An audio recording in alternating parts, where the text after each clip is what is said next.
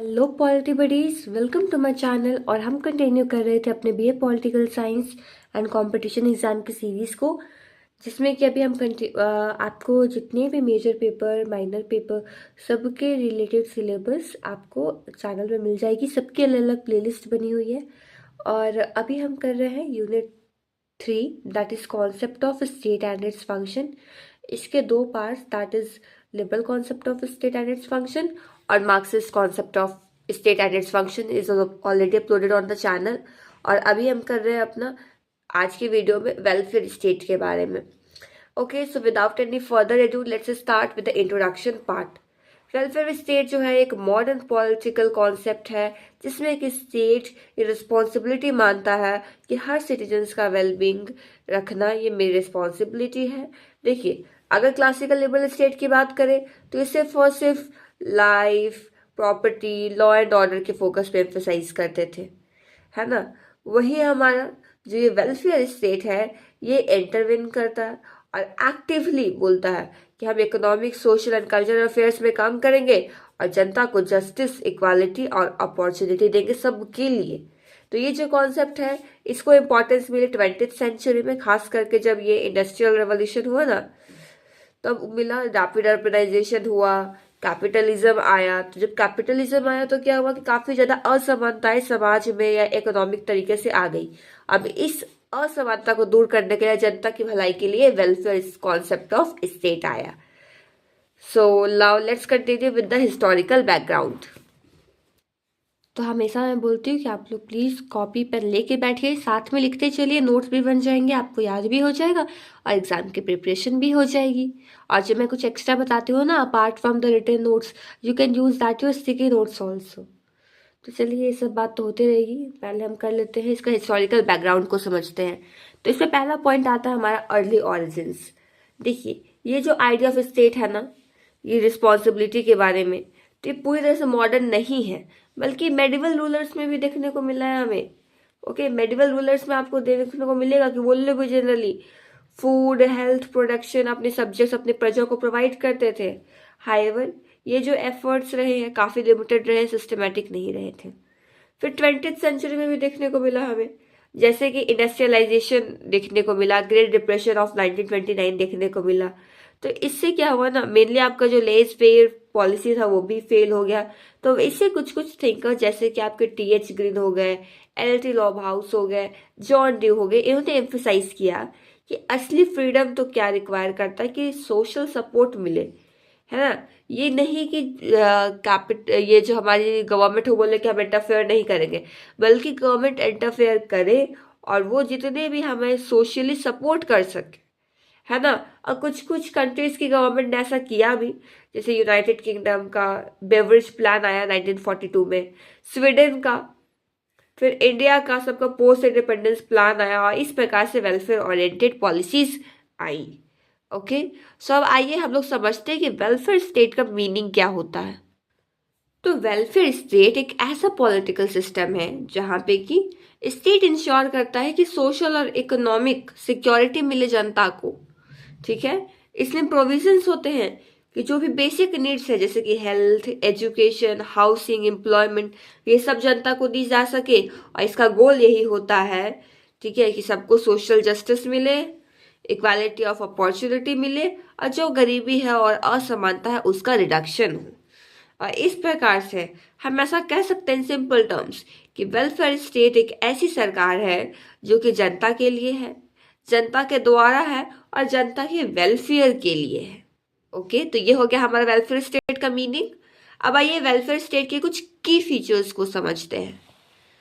तो इसमें पहला क्या आता है हमारा सोशल जस्टिस। देखिए, strives to reduce economic and social inequalities. देखिए, जितने भी इंडिविजुअल है और कोई ग्रुप है, उसके पीछे जितनी भी असमानता है, चाहे वो इकोनॉमिकली हो या सोशियली हो, तो उसको रिड्यूस करना हमारा काम है। फिर है इकोनॉमिक इंटरवेंशन।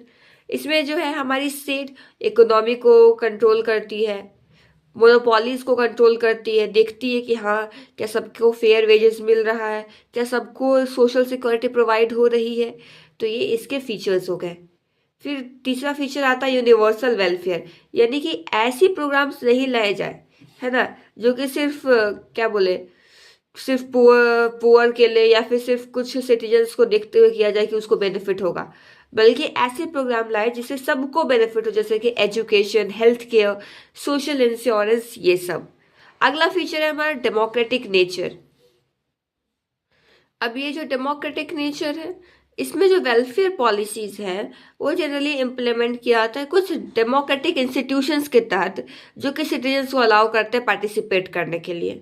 अगला फीचर है हमारा combination of freedom and equality. देखिए, किसी इंडिविजुअल पर्सन की लिबर्टी और एक कलेक्टिव गुड, दोनों को बैलेंस करने का काम ये करती है ना, कि फ्रीडम तो दे, देखिए बिना इक्वालिटी के वो फ्रीडम ही क्या फ्रीडम है, वो तो मीनिंगलेस हो जाएगा। तो बस फ्रीडम और इक्वालिटी को कॉम्बिनेशन ये लोग प्रोवाइड करते हैं वेलफेयर स्टेट में। और प्रोग्रेसिव टैक्सेशन, यानी कि वेल्थ को रिडिस्ट्रीब्यूट किया जाए, टैक्सेस फंड्स ऐसे लिए जाए वेलफेयर प्रोग्राम्स के तहत, ताकि ये जो इनइक्वालिटी है उसको रिड्यूस किया जा सके। जैसे कि आप सरकार को देखते भी हो, कई जगह किसी से इतने टैक्सेस ले रहे हैं, कहीं पे कई जगह सब्सिडीज भी दे रहे हैं, just because it is a welfare state. Okay, तो ये तो इसके फीचर्स हो गए। अब आइए वेलफेयर स्टेट की कुछ फंक्शंस को हम समझते हैं।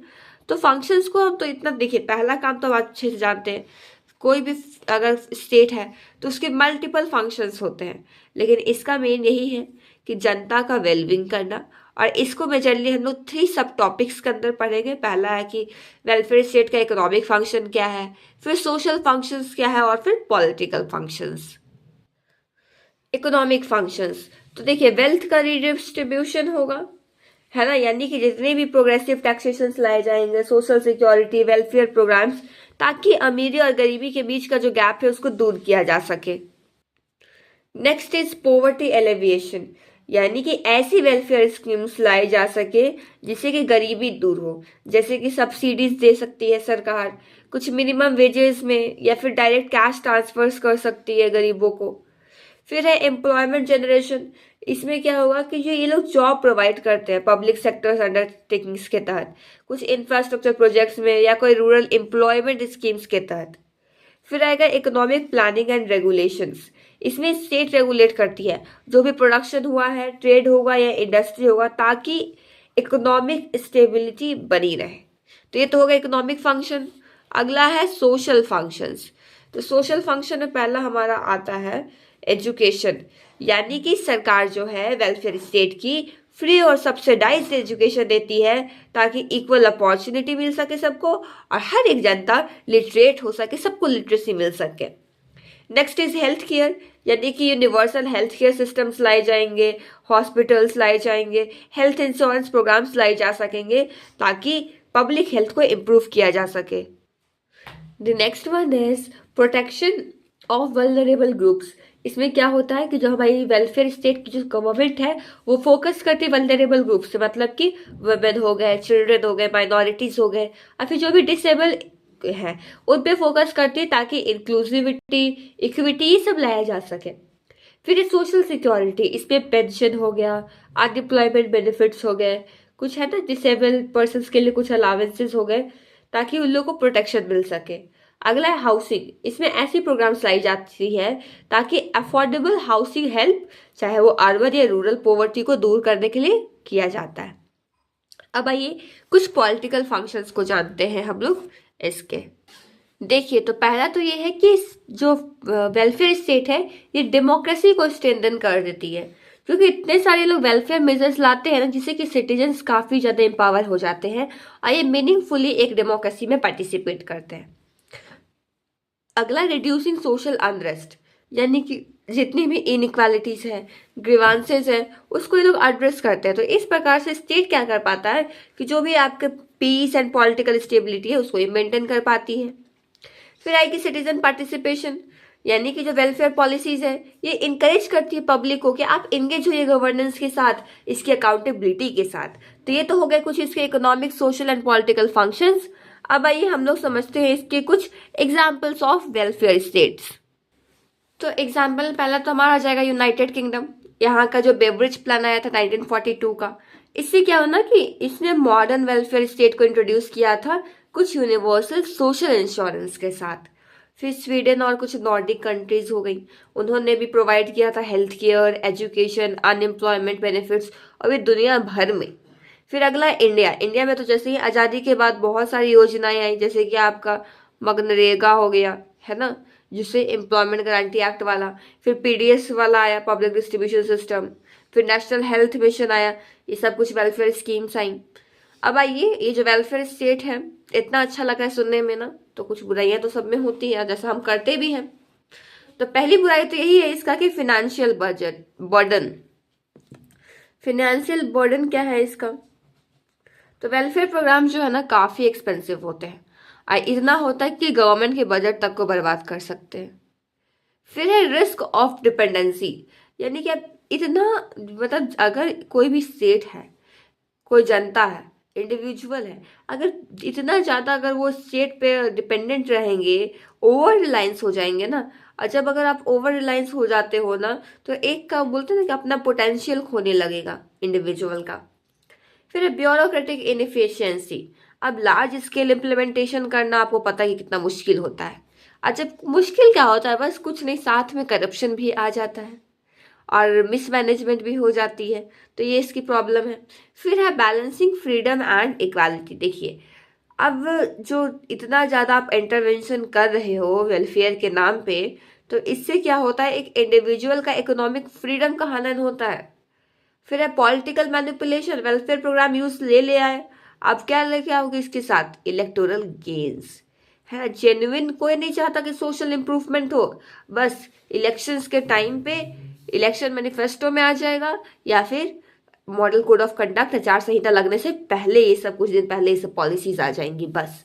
तो यही है इसकी बुराइयां। अब आइए, आज के हमारे कॉन्टेम्प्रेरी टाइम में इसका क्या रिलेवेंस है, उसको समझते हैं। तो देखिए फ्रेंड्स, वेलफेयर स्टेट जो है ना, आज के टाइम पे ना बहुत रेलेवेंट है, खास करके इस ग्लोबलाइज्ड वर्ल्ड में, जहाँ पे इनइक्वालिटी, अनएम्प्लॉयमेंट, हेल्थ क्राइसिस एक बहुत बड़ा चैलेंज बने हुए हैं। बहुत सारी प्रोग्राम्स आए हैं, जैसे कि universal health care, food security, social insurance, unemployment benefits, जिससे कि समाज का भला हो सके, दुनिया का भला हो सके। अभी रिसेंटली हमने कोविड-19 पैंडेमिक देखा, जिसमें कि कैसे हमने देखा कि वेलफेयर स्टेट ने अपना एक रोल निभाया और सिटीजन्स को इस क्राइसिस के दौरान उनकी रक्षा की, है ना। तो ये तो हो गया इसका इतना बड़ा रेलेवेंस। अब आइए इसको हम लोग करते हैं कंक्लूड। तो पहली बात, वेलफेयर स्टेट जो है ये क्या है? मॉडर्न गवर्नेंस का ही एक एवोल्यूशन है, जहाँ एक मिनिमल स्टेट बना था कि जो कि सबकी प्रॉपर्टी का रक्षा करेगा, अब वो क्या में बदल गया है? एक प्रोएक्टिव स्टेट, जो कि हमारी वेलबींग को इंश्योर करेगा। इसका एम बन गया कि सोशल जस्टिस, इक्वालिटी और सिक्योरिटी प्रोवाइड करेगा। इसके फंक्शंस बन गए कि इकोनॉमिक, सोशल एंड पॉलिटिकल, जो भी है, employment, health, education, housing, democratic participation, ये सब पे काम करेगी ये। इस प्रकार से कितने भी चैलेंजेस हैं, जैसे फिनेंशियल प्रॉब्लम्स है, कुछ एडमिनिस्ट्रेटिव इनएफिशिएंसी है, फिर भी वेलफेयर स्टेट एक कॉर्नर स्टोन के तौर पे रहा हमारे मॉडर्न डेमोक्रेटिक सोसाइटीज में, और फ्रीडम को मीनिंगफुल बनाया इसने। इस प्रकार से इसने एक बैलेंस बना के रखा, है ना। वेलफेयर स्टेट ने लिबर्टी का इक्वालिटी के साथ, ग्रोथ का जस्टिस के साथ, राइट का रिस्पॉन्सिबिलिटीज के साथ, और इस प्रकार से मॉडर्न पॉलिटिकल थॉट का एक बहुत ही बड़ा फीचर एक वेलफेयर स्टेट के रूप में आया। So with this, thank you guys for watching my video. If you really liked the video, then please do like. Have any queries or suggestions, then drop it down in the comment box. And yes, please do subscribe to my channel also. Press the bell icon for notifications. और बस ऐसे ही connected रहिए। मिलते हैं next video में। Till that, take care, good bye.